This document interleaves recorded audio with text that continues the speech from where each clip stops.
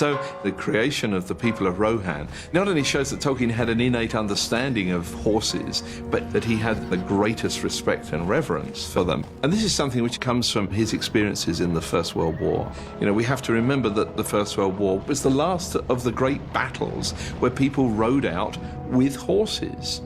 It was the age when horsepower met machine power.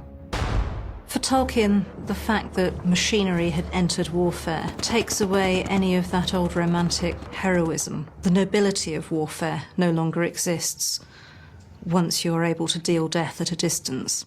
Tolkien obviously experienced mechanized warfare at its worst in the First World War, and it left a profound impression on him. The story he wrote straight after the Battle of the Somme was called The Fall of Gondolin, and it tells how a great and beautiful city of the elves is attacked by Morgoth.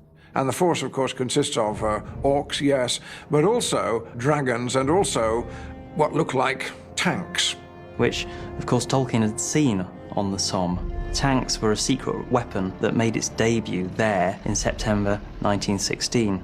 And this sense of mechanization as being a force of war is something which carries through to the Lord of the Rings. You see it in the preparations that Saruman makes for war. You see it in the mechanical way in which the forces of Mordor march on the Alliance.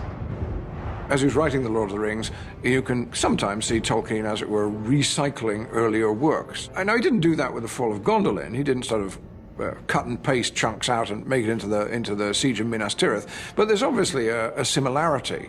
We have Gondolin and Gondor. They come from the same root in Elvish, and there's a sense also of the warfare of machine against wall. And you could say there's yet another connection, which is both of them, Gondor and Gondolin, are attempts to make things static. The elves have this urge to hang on to things and lock them into stasis.